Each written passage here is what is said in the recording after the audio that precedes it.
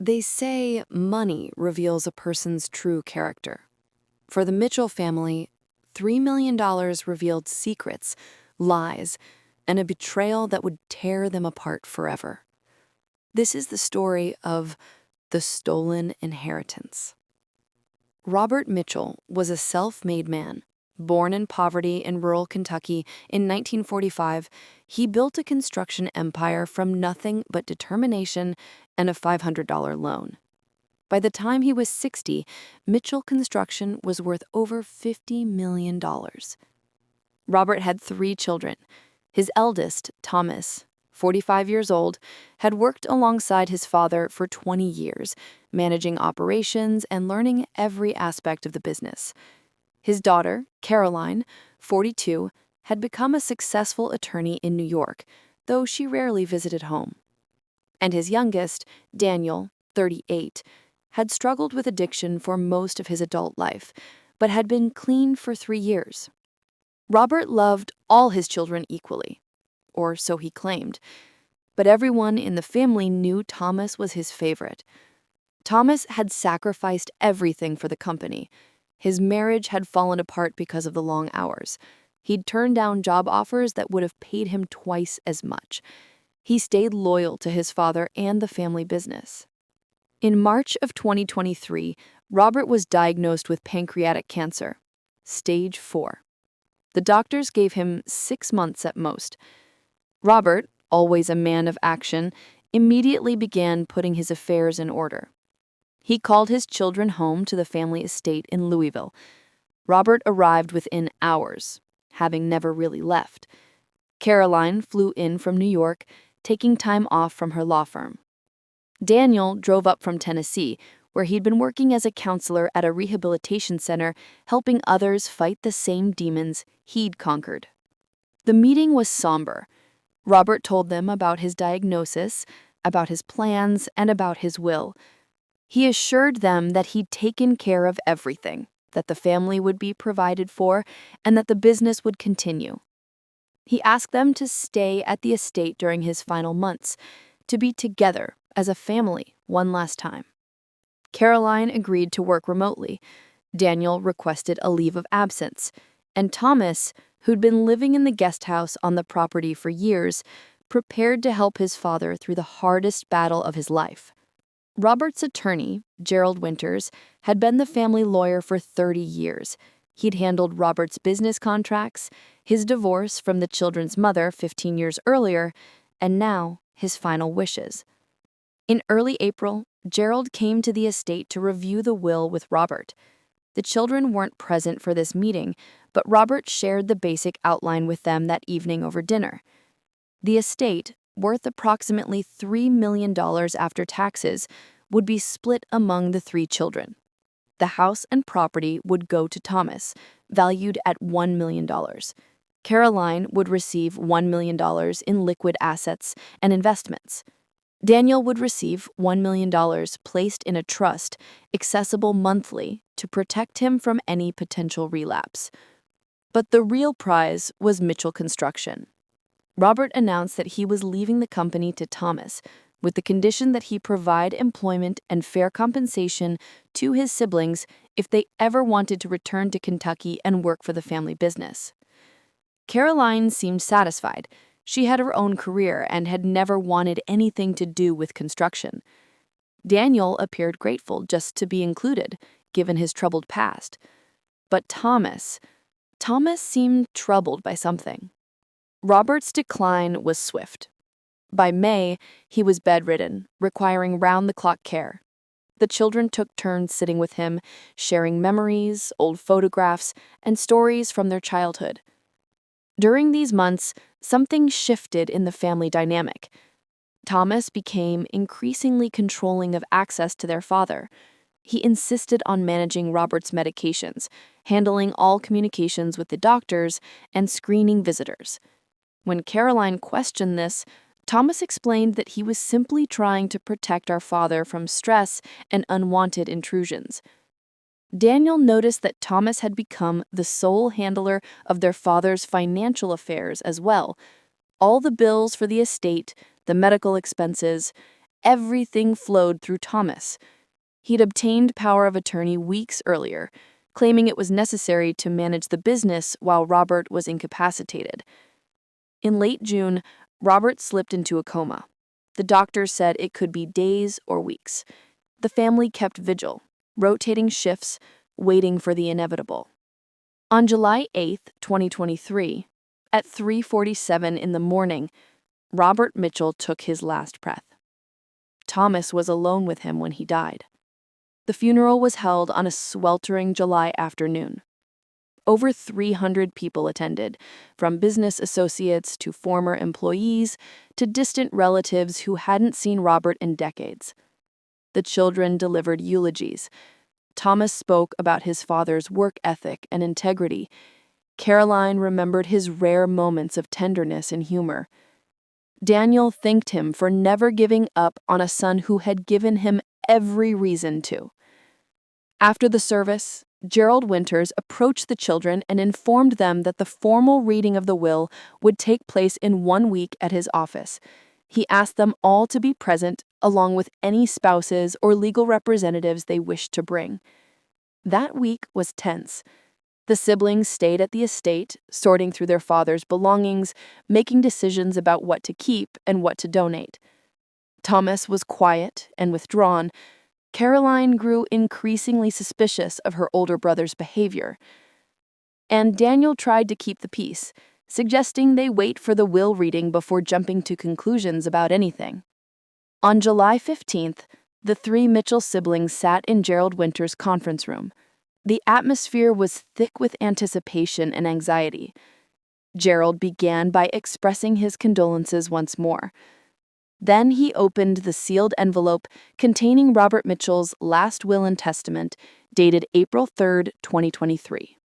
What he read shocked everyone in the room. According to this version of the will, Robert had changed his mind about the distribution of his estate. Thomas was to receive everything: the house and property, the liquid assets, the investments, and Mitchell Construction.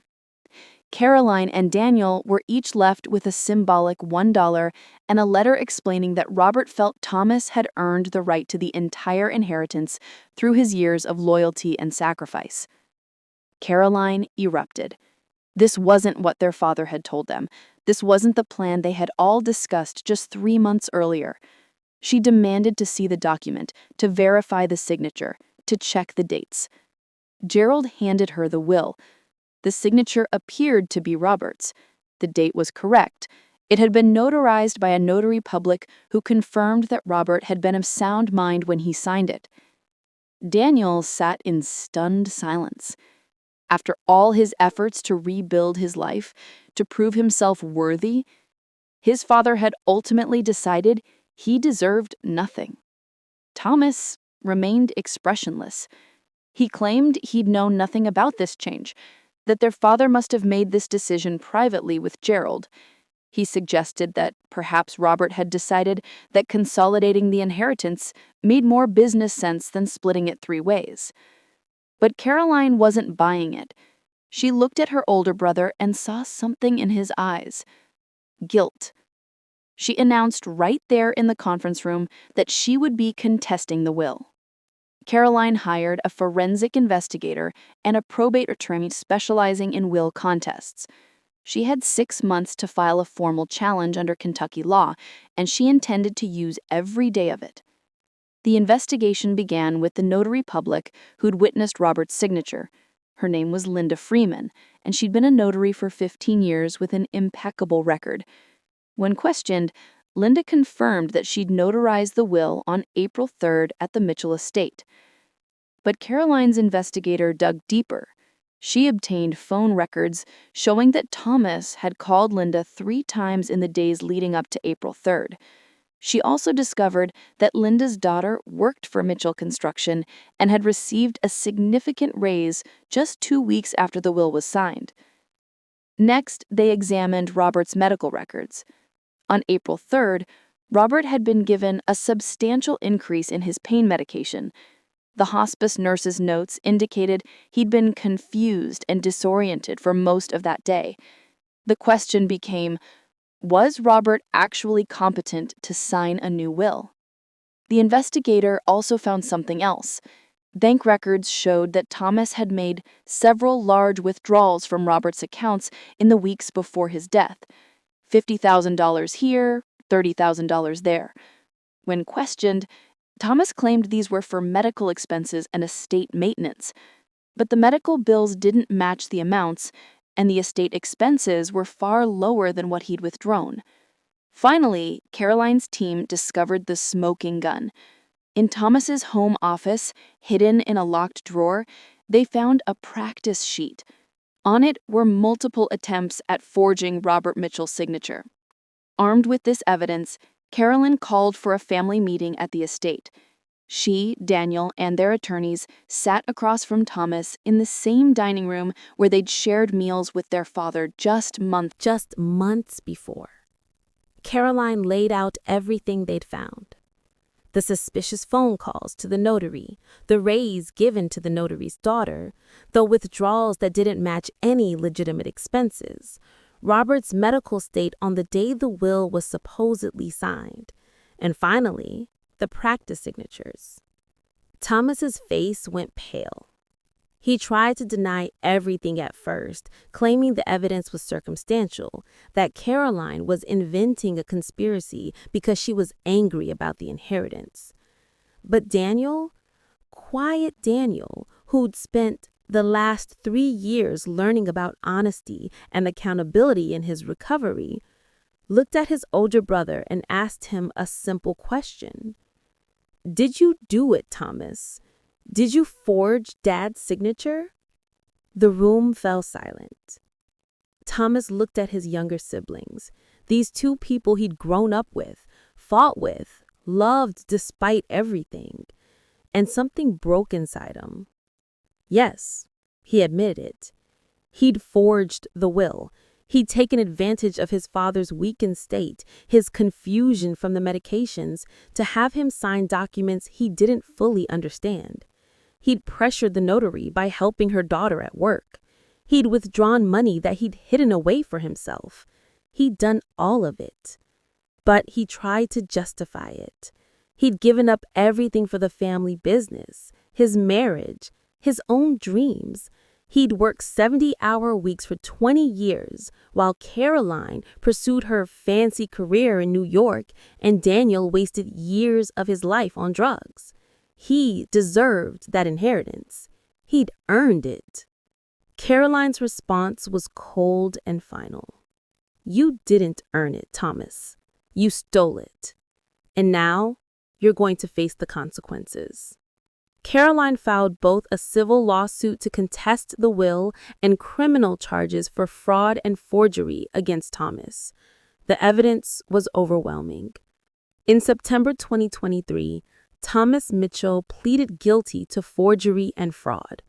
He was sentenced to 3 years in prison with the possibility of parole after 18 months.